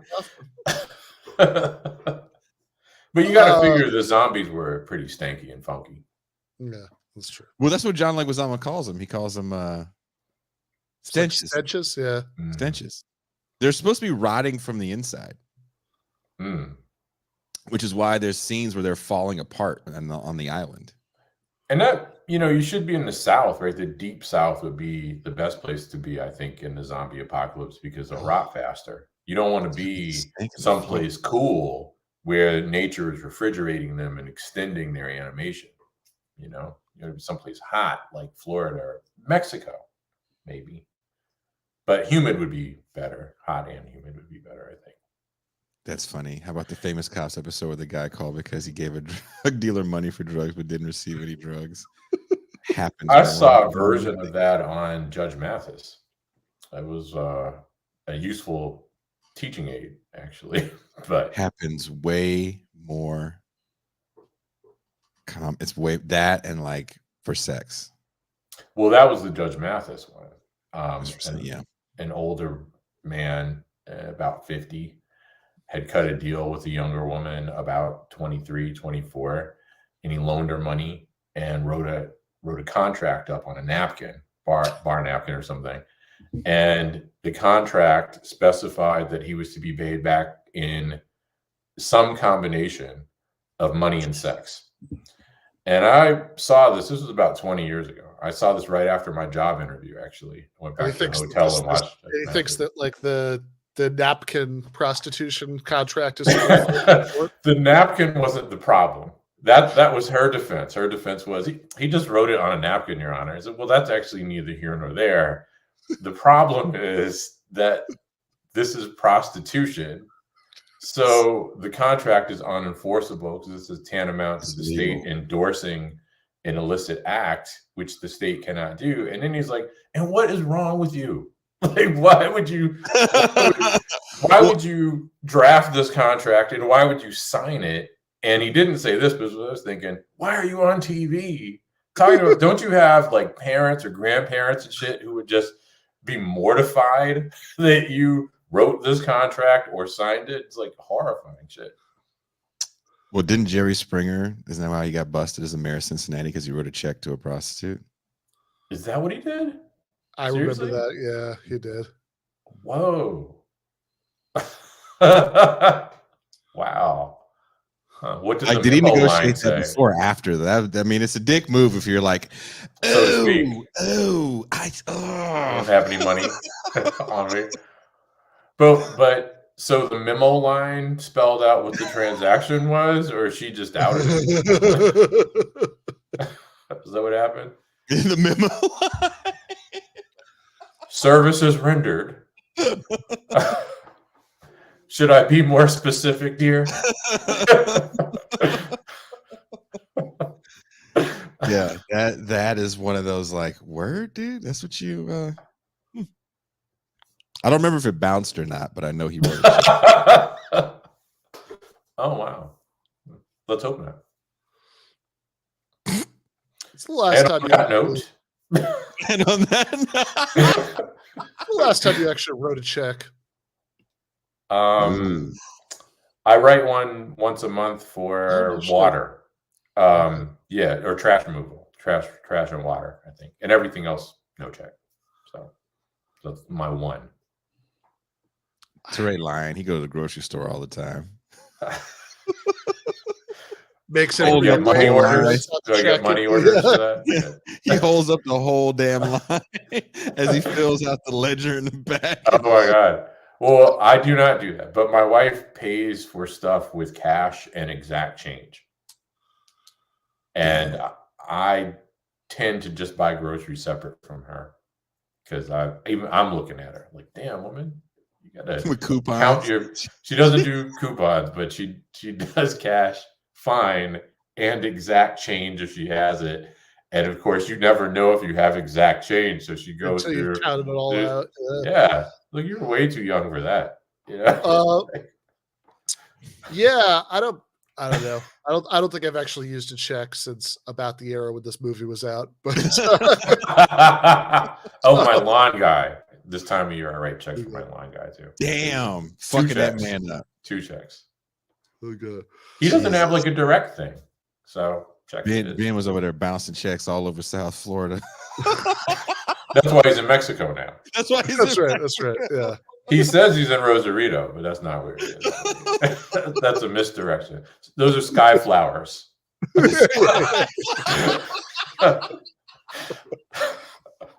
Yeah. No. On that note. Yeah. So notably, there's some super subtle imagery where the Donald Rumsfeld guy dies while after slipping in gasoline while there's cash like rained down all over him from the overturned suitcases full of this again completely worthless cash that he's hoarded. You know, I think, you know, I don't know. I think there may be some commentary going on there, but in any case, I like that visual though, as you described it, because I don't think I had thought about that part. And Leguizamo might live to tell. Well, undead to tell about it too, because he might blown away literally. He might survive to grunt about it to the other zombies. Yeah, that's right. Yeah, he could be MLK, Big Daddy's number 2. There you go. Who knows? Well, then he get blown up. He gets blown away rather than up. Yeah, he might just be like blown to the back of the parking lot or whatever. I'm not totally clear on that. God, that would suck. Just with like one leg. Yeah, he'd probably crawling around. Oh, just shoot me. But the zombie part wouldn't be enough for you. But being yeah.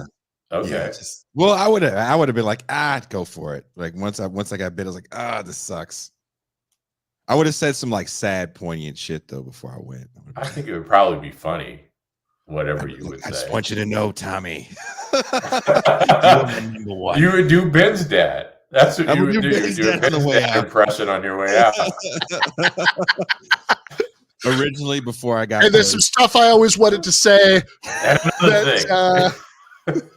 Actually, no. Maybe you do the whole thing in your version of my dad voice. Just shitting all over him before he / died. Eddie Murphy's dad. Yeah. Ben's dad, Eddie Murphy's dad. Ben's dad is Eddie Murphy's dad. Think about that for a second. Or a character from a David Lee Roth video as well. So there's 3 voices that 3 characters that voice encompasses.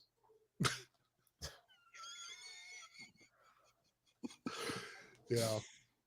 So they haven't the zombies managed to get in and cause enough chaos that they've brought down they've brought down the Fiddler's Green establishment, but they haven't actually killed everybody in the city. Our heroes come in with Dead Reckoning in time to prevent that. Jerry Adams shows back up for a second and says that like now they're gonna, I don't know, they're gonna remake the city in a more egalitarian way. A little unclear how that's all working, but you know, it's enough to feel like a happy-ish ending. in context. And then there's the most interesting point where one of the blonde girl in Dead Reckoning, Pretty boy. Yeah, her name was Pretty That's Boy. Pretty yeah. boy. Yeah, Pretty Boy says has like aimed like the bomb or whatever at Big Daddy and the zombies he's leading around, and then Riley's like, nah, leave them be. They're just trying to find their own way or something like that. Just looking for somewhere to go. I think he said they're looking for somewhere to go. Underclass and working class solidarity. Yeah, just against like the us. rich. Against the rich. Exactly. And so the zombies are allowed to go free to to murder and eat some people. And that's what they do. Zombies got a zom. Yeah, that's why I was kind of like, dude, they're totally going to kill your friends. And he's like, we weren't that close. I wanted to go to Canada anyway. Yeah, going to Canada with Asia Argento. Yeah, he does.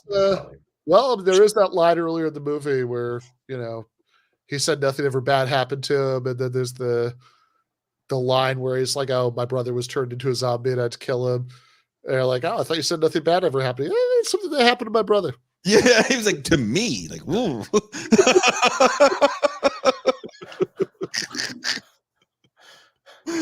he is accommodated to some fucked up stuff. Yeah. And as people always do to one degree or another. I thought the acting was on the whole pretty good in this film. The one thing that I didn't like, it's a movie of its time. And there seems to be kind of a return, excuse me, to practical effects. But I think after... But there was some CGI. There's a lot of CGI in it. Right. Most of the city is all CGI. And remembering these and falling down this rabbit hole of 80s movies that I've been watching, you really appreciate what people were able to do with practical effects, even on, extremely shoestring budgets. And even watching something like, excuse me, Night of the Comet, like me and Ben just watched, we found out that was done on a $700,000 budget. 770, but still, that's ridiculous. Yeah, they shot on 3 locations. There's decent name actors in that movie. The practical effects are great. There's mood in this movie that I think is really good. But I don't know, the 2000s and all the CGI just kind of moved me away from American horror, and that's when I started watching more and more foreign films and falling down a giallo rabbit hole in the early 2000s as well, because this is also back when we had DVD stores like Suncoast that sold Tartan films. If you remember, Tartan Films sold all the Asian and foreign stuff. So, well, Dawn of the Dead relied much more heavily on practical effects than Land of the Dead. And that was one of the reasons that I liked that movie better. I like them both, but I think Land of the Dead is, while I appreciate the social commentary, it's actually kind of heavy-handed. Sure. To be fair, I think it probably needed to be. It's not like it's a serious film anyway, and it's very easy to look past what the message of a film like this, the commentary in a film like this is. In fact, I used to. I don't know if you both know what historiographies are, but historians, write historiographies, and we train students to write historiographies, and they're basically multi-book reviews. It's a literature on a given topic, right? And most of my undergraduates and some of my graduate students don't know what they are because they hadn't written them before. So I used to, for a time, have assigned as a preliminary assignment 3 zombie films. Land of the Dead, 28 Weeks Later, and Shaun of the Dead. So 3 films that clearly are about social commentary in some way, and have them write a comprehensive review essay on those films just so that they could get a sense of what I was going to have them do with books. And that worked pretty well. I should go back to doing it, to be honest. I don't know why I stopped. Yeah. I mean, it seems like all of the Romero movies have pretty like jackhammer level of subtlety, social commentary in them. Like I mean, Dawn of the Dead, obviously. He's one of the new left filmmakers. I mean, we got to remember that. Yeah. He's part of that crew of filmmakers that, you know, their art was going to be a way for them to make a statement. You know, Carpenter's the same way. Yeah. And again, I mean, I think for a genre like this, it has to be heavy-handed because, you know, even when that assignment that I had that I'd give my students, some of them still missed the social commentary. Interesting. Which I thought, again, was super heavy-handed. But if you're 18 or, you know, probably more like 20 or 21, I guess I could see how you would just walk into it assuming that it's just some dumb shit that's going to happen, right? Rather than some dumb shit that actually has a serious, semi-serious point. Can you make them write one on Pretty Woman, the social commentary? Oh, that would be cool.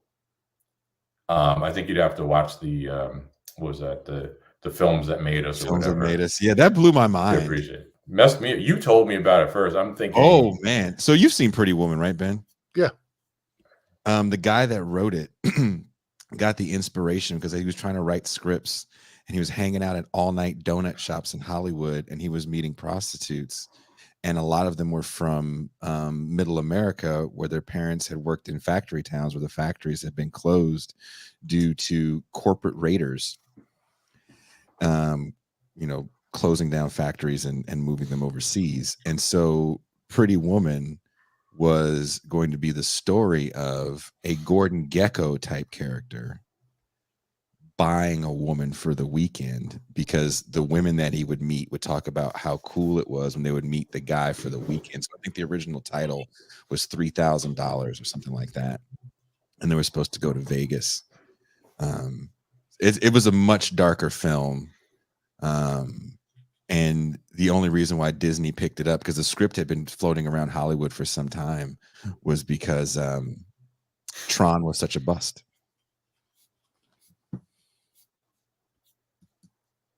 And it was a massive Donut shops. Yeah.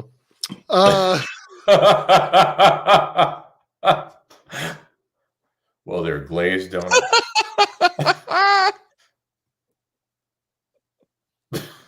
I'm not going to continue with that, though. Yeah, fair enough.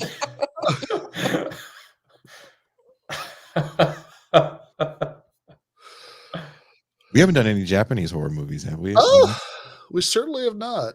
What would you want to do if we did one? Is it on YouTube? Oh my god! You know what's on YouTube? How about compare and contrast American adaptations of Japanese I will films get you with Japanese. You know, even if I'm no longer, you know, living in the same building, I will.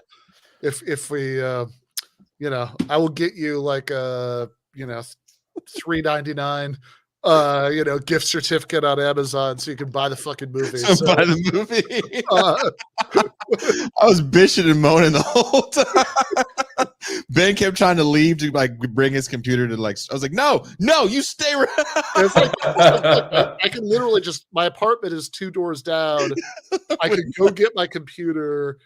I'll get the movie, and we can just do a screen share onto the TV. Nope. Like, I was like, nope. For some reason, that didn't work. Nope. He would rather complain about it. There's, you know, Old Boy, which isn't a horror movie per se, it's a thriller, I guess you would say, is a scene for scene remake. And I think you lose something in the translation. I don't know if you feel that same way. The American Ring is way shorter than the Japanese Ring. Is it? I don't know. I've never seen the Ringo. I think the American Ring actually might be a little better. I love the Ring, the original, the sequel. Yeah. I think it might be a little bit better. I think the Japanese one maybe makes a little bit more sense. Was my impression. I watched. Really? Yeah. I mean, it's been decades. I watched either one of them, but I remember watching them back to back, and that was my impression at the time. Well, Japanese horror saved American horror. in the Hell yeah. 2000 odds. Foreign horror influenced that next wave, and I would even go so far as to say, and I feel uncomfortable saying it, the Hostel type movies also saved. But I think that's foreign in origin too. I mean, I think Hostel is the poor man's Wolf Italian. Creek. Italian. Creek. What do you say? Wolf Creek. I think we should do Wolf Creek at some point. I don't know which came out first, though. I don't know if Wolf Creek came out before I thought Hostel. came out before Hostel. I might have this all wrong. It was a long time ago. But Sadako versus Kayako. Kayako. I don't know that. Sadako versus Kayako is it's a joint sequel to The Ring and the Grudge. Oh, you mentioned that before. Yeah. Yes. Okay, I know what you're talking about now. Yes. But yes, wasn't that a scary movie premise too? Probably. You got ghosts up here this big? I don't remember if I got through it. I definitely at least tried to watch the first scary movie, and it's like a lot of it was. I mean, the word parody doesn't quite fit, because if you just like recreate some like a scene and you put a fart joke on it, is that a parody? I don't think so. But a lot of it was doing whatever it was doing to scream, and it's like, okay, but like that was itself a parody, right? Mm-hmm. Like this is just like, oh yeah, there's this like thing that we remember, you vaguely remember watching. It's like, why don't we just do that and we'll put an unrelated joke on top of it?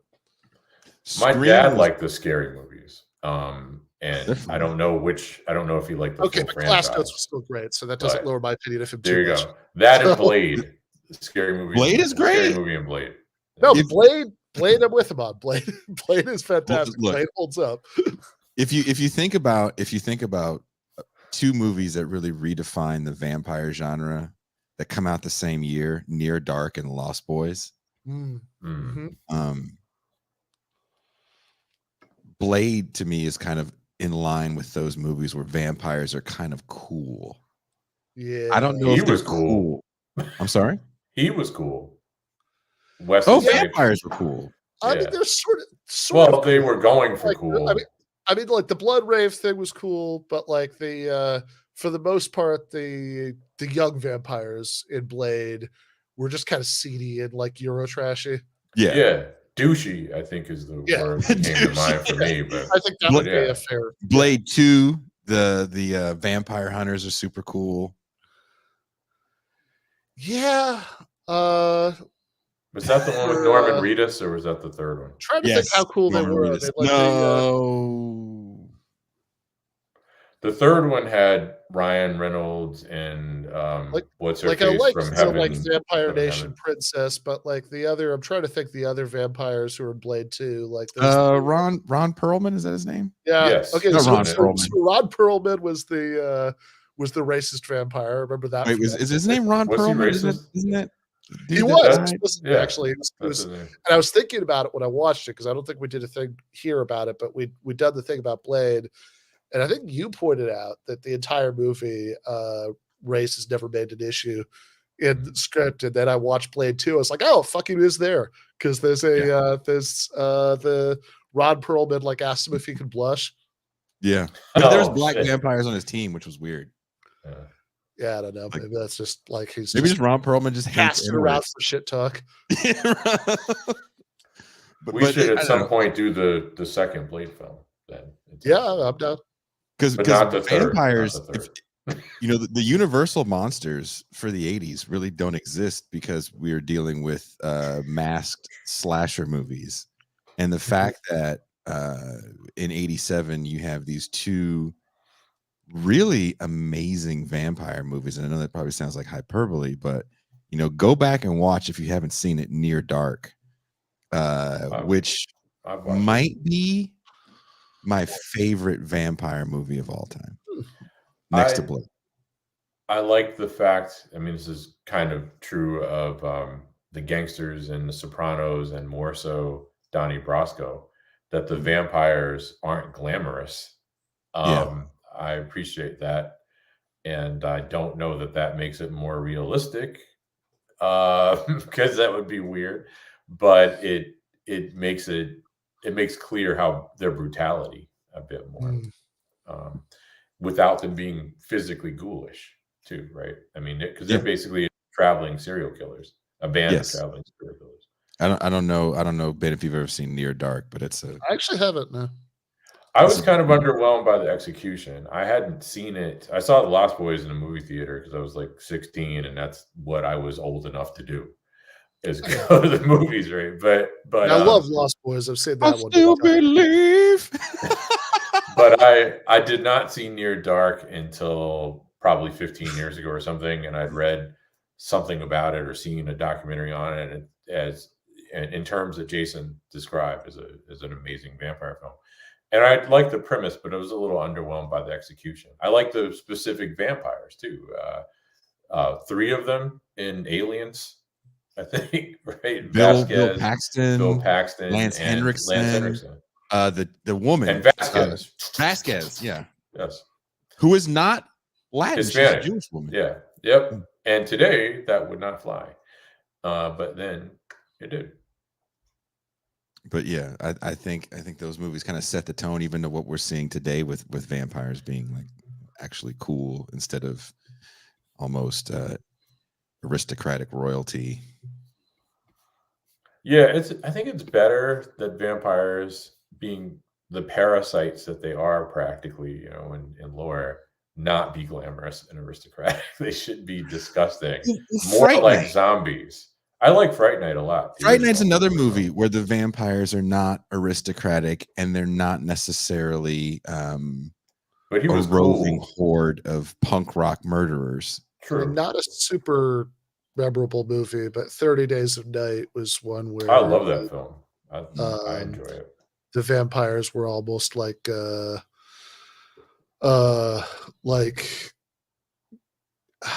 sometimes, especially the way they moved, they felt almost like 28 Days Later zombies sometimes. They were tilting toward ghoulish.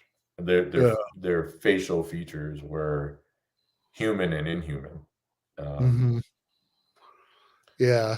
I mean, mostly I remember I saw it in the theater. I don't think I've seen it since then. Mostly I remember there was the one cheesy but fairly badass line that was in the previews where they're like the vampires like cornered somebody or whatever, and they're like, "Oh God," and like looks up. Yeah.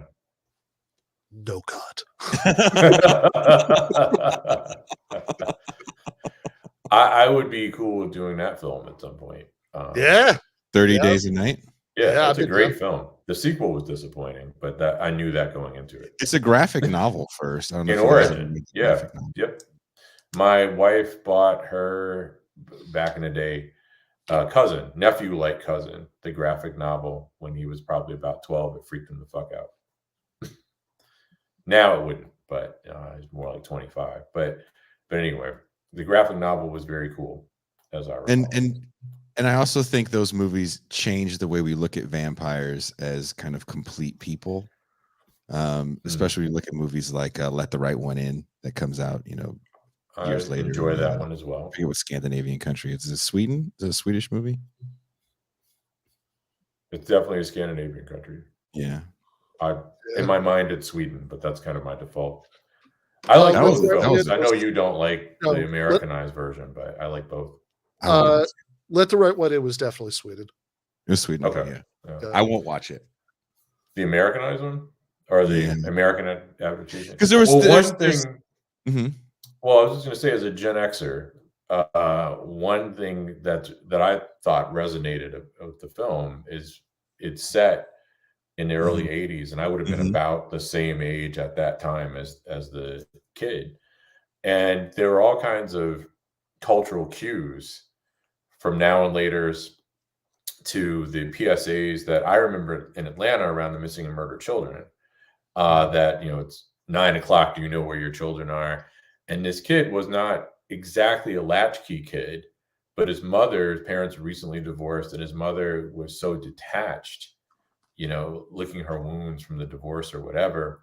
And his father was elsewhere, that he was practically raising himself. So there was a latchkey-like vibe to it. I mean, there were some cultural cues that were appropriate to America in the early 80s that had a resonance for Gen Xers and I think the older millennials. Also, some more. I'm thinking now. You got me thinking about vampire movies in the '80s that were very stylistic. Vamp, I believe it comes out in '85 with Grace Jones. The Hunger with David Bowie also looks almost like a music video. There was the Jim Carrey vampire film with Cleavon Little. Once Bitten. Yes, comedy. I watched Once Bitten so many times. That would not play well at all today. I mean, no, it's an interesting window on the Lauren horrible Hutton, things that were Cleavon acceptable in the Jim mid-80s. Yeah, no. I mean, John Carpenter's Vampires. Someone said John Carpenter. That's the late 90s, 97 or something like that. Yeah, I love John Carpenter in general. That one, I have to say, did not do that much for me. Because Dusk Till Dawn was such a good movie. Yeah, and they definitely overlapped. I enjoyed John Carpenter's Ghosts of Mars because I'm a weirdo. I love the alien human monsters and how they talk in Ghosts of Mars. There's no effort to try to make it a language. It just sounds like a bunch of grunts and screams. And that is how it would sound. Like if you were human, you would have no sense of the breaks. So I thought that was kind of cool. But the greatest Mars movie of all time is the original Total Recall. Yeah, it was good. I enjoyed it. There's no better Mars movie than the original Total Recall. And he had clearly lost his mind at the end. Blue skies on Mars. Quaid. No, they're in the thing to give you program vacations. They just never leave it. That's the ticket to that movie. Yeah. That's because it's like it's so clearly like so much of it, doesn't it doesn't really make that much sense. And he seems to and like so much of the time, like he's just kind of smiling a little. It's like, he's having the program vacation. It's just a particularly point by point, right? I mean, it's all the things on the checklist that they tell him is what you're going to get on this Martian vacation, including the conclusion with blue skies on Mars, happen, right? And so I really appreciated the kind of trippy end when I think that you get the blue skies on Mars. I was like, well, wait a minute, is this a dream, right? And then, or however that goes, and then it's over. So I thought it was well done. I liked his bug eyes too, the practical effects. And how the lieutenant or whatever, or captain from Beverly Hills Cop / the bad guy in RoboCop is the bad guy on Mars. From Beverly Hills Cop? Yeah. Same guy, same actor. He played the good captain in, I guess it was captain, in Beverly Hills. You know that Detroit guy really was a dirty cop in Detroit. Really? The blonde guy? You talking about the cop or the captain? The captain. The black captain. No, the white guy. The black guy was in Detroit, right? Yeah, you're talking about the white guy was in Beverly Hills. They killed Mikey in Beverly Hills Cop. They killed Eddie Murphy's buddy. Well, no, I'm talking about the police captain in Beverly Hills, in the Beverly Hills Cop original film. That gets killed in part 2.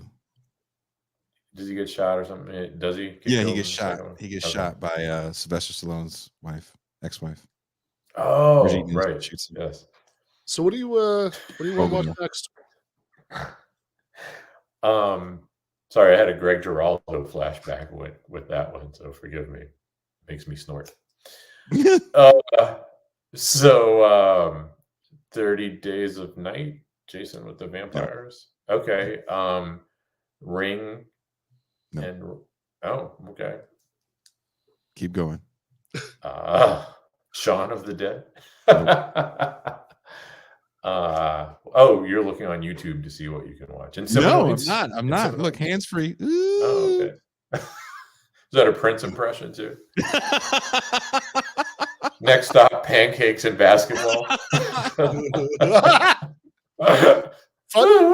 fact, that is the very first Chappelle skit I ever watched. It was just on TV one night, and that's what I came in on. Was that skit? I was just telling a buddy of mine that I often go to YouTube just to watch Charlie Murphy discuss stuff, like to tell his tales. And the ones that didn't make it to Chappelle's show are very, very funny in a frightening and somewhat self-deprecating way. So nice. We have to watch something. Should we watch something that Ben's never seen? Oh, we can. For example. Well, Near Dark. Near Dark? Vampires. Jason? Green Room. Mm. Jason, you know what? Me on I watched that. it one It's the story time. of his life. Yeah, I can't watch. That's a hard watch. I'm down for Green Room. That's a hard watch for me, man. I have to invite Ben over to spend the night.